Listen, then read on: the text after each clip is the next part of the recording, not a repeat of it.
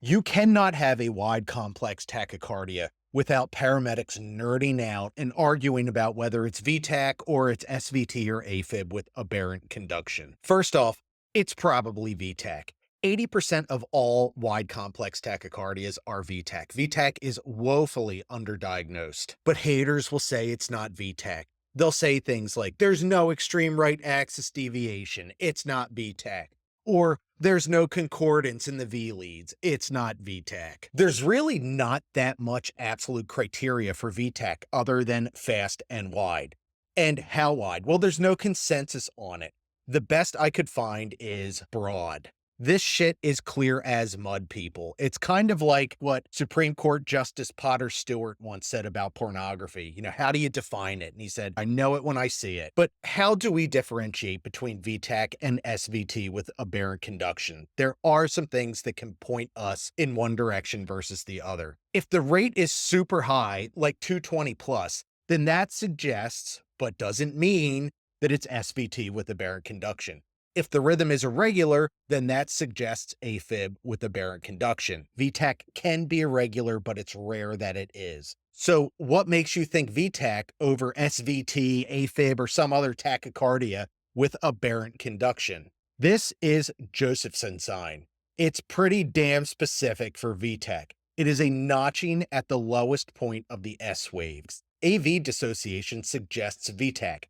However, you can actually have P waves before the QRS complex, but this is more uncommon. If you run a 12-lead EKG, there are a couple things that suggest V-Tach. One is concordance. This is where the complexes in the anterior leads point in the same direction. It is highly specific for V-Tach. However, keep in mind that if you don't have concordance, that doesn't mean that it is not V-Tach, because only 20% of 12-lead EKGs that are V-Tach have a concordant pattern. Another clue is extreme right axis deviation. This suggests V-Tach, and from my anecdote and experience, it seems to carry some decent weight when identifying V-Tach. Here's an EKG for a patient that I had last week. You can see that it is fast, it's regular, it's wide-ish, I'd definitely call it broad, it looks like V-Tach. Also, you can see on the 12-lead EKG that the patient has extreme right axis deviation.